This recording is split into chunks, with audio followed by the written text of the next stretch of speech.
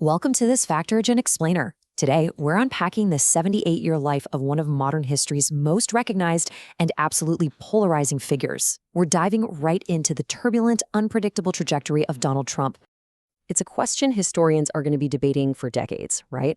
How exactly does a rebellious boy from Queens, a total outsider to the traditional political establishment, rise up to become a billionaire brand, a household reality TV icon, and the President of the United States? Not just once, but twice. Was this unprecedented rise pure, unfiltered business genius? Or, a masterclass in media manipulation and human psychology? To figure that out, we've got a clear roadmap today. First, a boy from Queens, then conquering the Manhattan skyline. Number 3, building the Trump brand. 4, the political disruptor. And finally, the historic political return. Okay, let's jump right into part 1, a boy from Queens. The making of a killer. So, Donald was born back in 1946 in Queens, New York.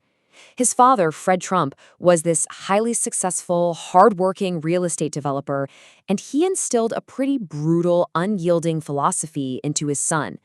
He literally told him, the world is divided into winners and killers. He essentially taught Donald that, in business, you simply had to be a king. And honestly, that fueled a lifelong obsession with being number one. As a kid, Donald was famously rebellious, aggressive even. So to curb this, his dad sent him to the ultra-strict New York Military Academy at age 13. And here's the thing. Instead of folding under that intense physical and verbal discipline, he completely thrived. He became a cadet captain, winning medals for everything from the cleanest room to the shiniest shoes. By 1968, he graduated from the Wharton School of Business, totally ready to join the family empire. Which brings us to Section 2, conquering the Manhattan skyline, from Queens all the way to Fifth Avenue. Trump quickly realized that building middle-class housing out in Queens just wasn't going to give him the prestige he craved. He wanted the glitz, the glamour of Manhattan. But right out of the gate, he faced a massive hurdle. In 1973, the Department of Justice hit him and his dad with a major lawsuit, alleging racial discrimination in their housing complexes. Now, most developers would quietly settle, but Trump, he countersued the U.S. government for a staggering $100 million. As he put it, I'd rather fight than fold, because as soon as you fold once, you get the reputation of being a folder. Now, they did eventually have to settle and make changes without admitting guilt, but man, it cemented his lifelong playbook. Always attack, never defend, never admit defeat. Armed with that aggressive fighting spirit, he set his sights on 1970s New York City, which at the time was nearly bankrupt.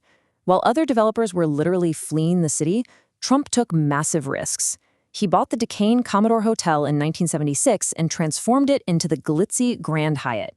Then, in 1983, he opened his crowning jewel, the 68-story Trump Tower on Fifth Avenue. It was literally a monument to himself, dripping in marble and gold. He had officially arrived. But just building towers wasn't enough. He needed to build a myth. Trump realized very early on that perception matters way more than truth. He became an absolute master at manipulating media narratives. Get this, he would routinely call reporters using a fake persona named John Barron just to leak exaggerated stories about his own wealth and business deals. And it worked. He successfully got himself listed as far richer than he actually was at the time. He understood fundamentally that people wanted to be sold a fantasy. All right, part 3, building the Trump brand, selling the fantasy. Moving into the late 80s and 90s, Trump pivoted away from being just a traditional developer. His career became this wild, fascinating contrast of massive triumphs and truly spectacular setbacks. On the one hand, you have his international best-selling book, The Art of the Deal in 1987, huge hit. But on the other hand, his appetite for highly leveraged risk led to 4 major business bankruptcies. We're talking the Taj Mahal Casino in Atlantic City, plus the failure of ventures like the Trump Shuttle and Trump University. Yet, somehow, those failures never seemed to stick to his public image. Why? Because he pivoted to licensing. He began aggressively slapping his name on a vast, kind of absurd array of products. Trump vodka, Trump steaks, bottled water, a board game, beauty pageants, the whole shebang. The genius here was he didn't even own most of these businesses. He simply leased his name. He was selling the ultimate fantasy of a luxurious lifestyle, and middle-class America bought right into it.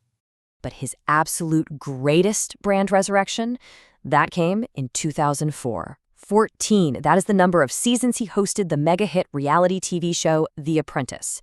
By showing up in living rooms across America every single week, playing the ultimate decisive billionaire boss, he completely rebuilt his image. He went right from being a 90s tabloid fixture back to being a widely respected symbol of ruthless business success. So, what's next? Section 4, the political disruptor, entering the arena. With his brand stronger than ever, Trump decided to take his playbook to literally the biggest stage in the world. In 2015, he famously descended that golden escalator to announce his run for the presidency, and what followed was easily one of the most turbulent periods in U.S. political history. Despite having absolutely zero political or military background, he defeated 16 primary challengers and shocked the globe by beating Hillary Clinton in 2016. Now, his presidency was incredibly unconventional and deeply polarizing. It ultimately led to his first impeachment in 2019, an election loss to Joe Biden in 2020, and a highly controversial, chaotic exit marked by the Capitol riots and a second impeachment in 2021.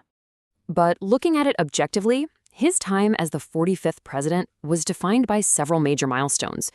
Domestically, he signed the massive Tax Cuts and Jobs Act in 2017 and drastically reshaped the federal judiciary with conservative appointments. Out on the world stage, his America First policy totally shifted global trade dynamics. Plus, he held a historic, completely unprecedented summit with North Korean leader Kim Jong-un in 2018. Which leads us to our final chapter. Section 5, the historic political return. 45 becomes 47. After leaving office under such intense controversy, a lot of folks assumed his political career was permanently over, finished. But true to that never fold, always fight mentality we talked about, Trump methodically paved his path right back to power. When he was blocked from mainstream social media, he just launched his own platform, Truth Social. He navigated a maze of state and federal criminal investigations in 2023, actually using them to galvanize his base. And in 2024, he even survived a harrowing assassination attempt on the campaign trail.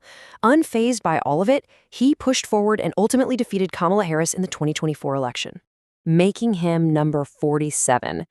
With that stunning victory, Donald Trump officially became the 47th president of the United States.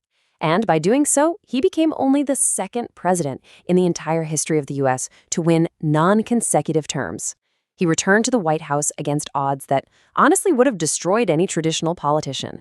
From a rebellious boy in Queens to the most powerful man on earth twice, it's an absolute testament to the power of branding, unrelenting persistence, and a total refusal to back down. So as this disruptive, brand-focused, ultimate dealmaker kicks off his second term, we gotta leave you with this.